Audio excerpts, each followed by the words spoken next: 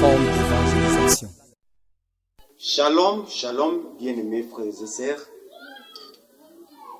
Bonjour, bonsoir, ça dépend de l'heure à laquelle vous nous suivez.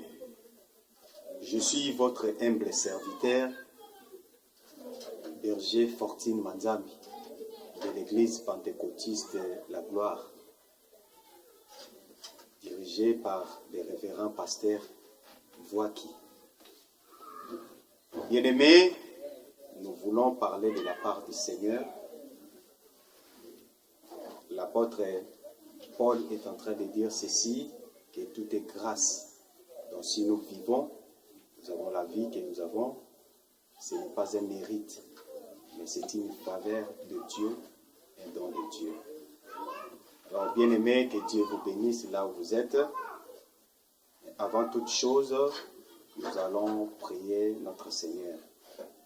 Dieu notre Père, nous te sommes reconnaissants pour les grands privilèges que tu nous as donnés de pouvoir nous adresser devant toi. Tu as envoyé ta parole et la parole les a guéris.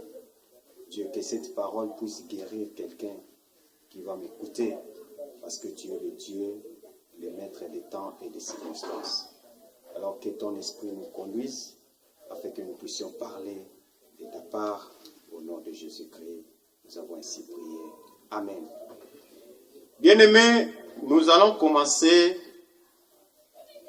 notre série de thèmes que nous avions commencé la fois passée sur les inquiétudes. Nous avions dit que les inquiétudes, ce sont des instruments que le diable utilise pour paralyser les enfants de Dieu, pour neutraliser leur foi. Alors aujourd'hui, nous allons prendre notre sous-thème sur les inquiétudes. Nous disons le doute. Bien aimé, pourquoi le doute? Nous voyons que le doute, c'est aussi un des éléments que le diable emploie pour neutraliser, pour paralyser la foi des enfants de Dieu, pour que les enfants de Dieu ne soient pas agréables au Seigneur, pour qu'ils ne reçoivent pas quelque chose du Seigneur. La Bible dit, sans la foi, il est impossible de lui être agréable. Excusez. Nous devons ne pas douter dans notre vie, car quand vous manquez la foi, tout ce que vous pouvez faire, ça sera en vain. C'est comme si vous laissez l'avantage à Satan. Vous donnez l'accès au diable. Or, notre Seigneur est en train de dire ceci, ne donnez pas l'accès au diable. Alors, bien aimés, quand vous avez le doute, vous ne pouvez pas recevoir quelque chose du Seigneur. Marc chapitre 11, verset 24, Jésus est en train de dire à ses disciples que tout ce que vous demanderez en priant, croyez que vous l'avez et vous le verrez s'accomplir. Mais lorsque quelqu'un sème déjà le doute dans sa vie, il ne peut pas recevoir ce genre de choses. Quand vous avez le doute, vous avez l'esprit de est-ce que dit mon Père spirituel, est-ce que je vais réussir? Est-ce que ça va marcher? Est-ce que Jésus a dit cela? Est-ce que, comme Jésus a dit, est-ce que chez moi ça va marcher? Bien-aimé, cet esprit, vous semez déjà les doutes dans votre vie, le diable prend l'avantage. Or, la Bible nous dit, dans Jacques chapitre 1er, verset 6, que quand vous demandez quelque chose à Dieu, n'ayez pas les doutes. Ne doutez point, mais croyez. Nous avons vu dans notre livre d'ouverture, dans le livre de Josué, chapitre 1er, verset 9. Voilà ce que l'Éternel est en train de dire à Josué. Nous lisons au nom de Jésus-Christ. Ne t'ai-je pas donné cet ordre? Fortifie-toi et prends courage. Ne t'effraie point, aie confiance en Dieu. Bien-aimés frères et sœurs, ne doutons pas sur ce que l'Éternel est en train de dire. Il dit, ne t'effraie point et ne t'épouvante point, car moi-même l'Éternel, je suis avec toi dans tout ce que tu entreprendras.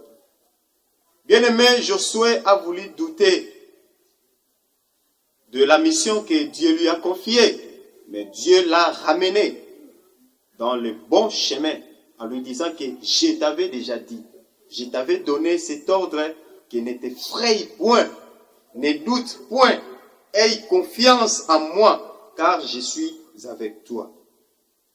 Bien-aimé, celui qui doute ne peut jamais recevoir quelque chose de l'Éternel. Quand vous semez le doute dans votre vie, vous ne pouvez pas recevoir. Voilà, il dit, c'est un homme inconstant dans toutes ses voies. C'est-à-dire, tout ce que tu peux faire, bien-aimé, quand vous doutez là, vous manquez la foi. Vous êtes semblable au flot de la mer. Vous serez toujours agité par les vents. Et vous serez poussé de côté et d'autre. C'est-à-dire, Jacques dit, un tel homme ne s'imagine pas qu'il recevra quelque chose du Seigneur. Pourquoi? Parce que c'est un homme irrésolu. Il est inconstant dans toutes ses voies. Alors, bien aimés, nous devons éviter les doutes dans nos vies. Quand nous doutons, nous risquons de douter même de la présence de Dieu. Nous pouvons douter que Dieu existe. Alors, Dieu a ramené Josué en lui disant que je suis moi-même avec toi. Je voulais inviter quelqu'un à lui dire que Dieu est avec toi. Ne doute point dans ta vie. Dieu prend le contrôle de toute situation. Ne laisse pas l'avantage à Satan. Je voulais nous donner des attitudes qui sont de nature à semer les doutes et à saper notre confiance en Dieu. Première attitude, c'est la comparaison avec autrui. Quand vous lisez dans 2 Corinthiens chapitre 10, ne vous comparez point, bien-aimés. Vous êtes un être unique. Dieu vous aime de l'amour éternel. La Bible dit, tous ceux qui sont en train de vivre ont une espérance. Il y a toujours l'espoir pour toi, bien-aimé. Ne te compare pas.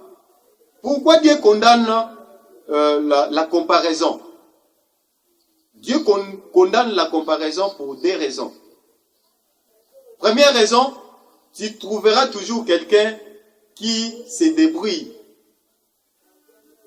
mieux que toi. Et tu seras découragé.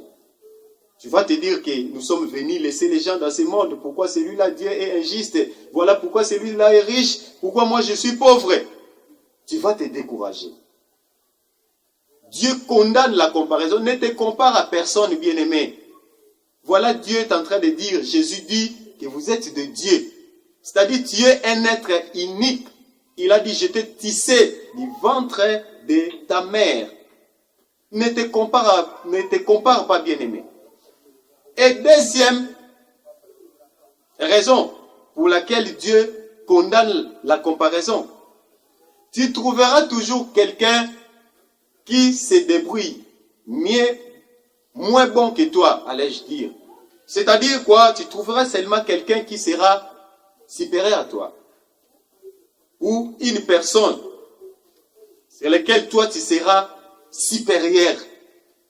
C'est-à-dire, tu vas semer les doutes et puis tu seras rempli d'orgueil. Bien-aimé, quand vous avez l'orgueil, la Bible dit, Dieu résiste aux orgueilleux. Alors vous allez semer les doutes, même de la présence de Dieu. Or, Dieu existe. Ne semez point les doutes dans votre vie. C'est comme si Satan vous réclame. Alors, bien-aimés, évitons les doutes dans nos vies. Dieu est capable d'agir. Crois toujours en Dieu. Et la deuxième raison qui est de nature à saper notre confiance en Dieu et à semer les doutes, c'est les échecs passés. Il y a beaucoup qui disent n'importe quoi sur leur vie. Pourquoi? Parce qu'ils ont échoué à plusieurs reprises. Ils savent que si je commence quelque chose, je vais finir par échouer. Alors, ils sèment les doutes. Bien aimé, je voulais te dire, ça c'est le diable. Ce n'est pas Dieu. Josué a voulu agir ainsi, mais Dieu l'a ramené. Il lui a dit que je suis avec toi. Je t'avais dit que ne crains rien. Je t'avais dit que aie confiance en moi. Ne t'épouvante point. Bien aimé, Dieu a toujours utilisé des gens qui avaient des mauvais passés. Je prends l'exemple de Moïse. Moïse était un meurtrier. Il a dit tuer quelqu'un en Égypte et il s'est enfui. Mais Dieu l'a ramené. Il n'a pas considéré ses échecs. Alors Dieu l'a utilisé et il est appelé le libérateur des enfants d'Israël. Bien aimé, quand vous prenez David, David aussi était un adultère et aussi un meurtrier. Vous savez, il a pris la femme de son soldat et il est arrivé même à tuer les soldats là en question. Alors, croyez en Dieu, bien-aimé. David était appelé l'homme selon le cœur de Dieu. Il n'a pas considéré ses fautes passées. Bien-aimé, ne considère pas tes fautes. Dieu est capable de te relever. Voilà, nous avons Paul, qui était un terroriste religieux. Il tuait les chrétiens à plusieurs reprises. Mais il est devenu l'imitateur de Christ. Alors, ayons confiance à Dieu pour finir. Nous devons nous donner à Dieu. C'est-à-dire, nous avons pleinement confiance à Dieu. Voilà ce que David dit pour finir. Il dit ceci: recommande ton sort à l'Éternel, mets à lui ta confiance. Bien-aimé, évitez les doutes, ne donnez plus l'accès au diable. Et l'Éternel est capable d'agir dans nos vies. Que Dieu vous bénisse. Amen.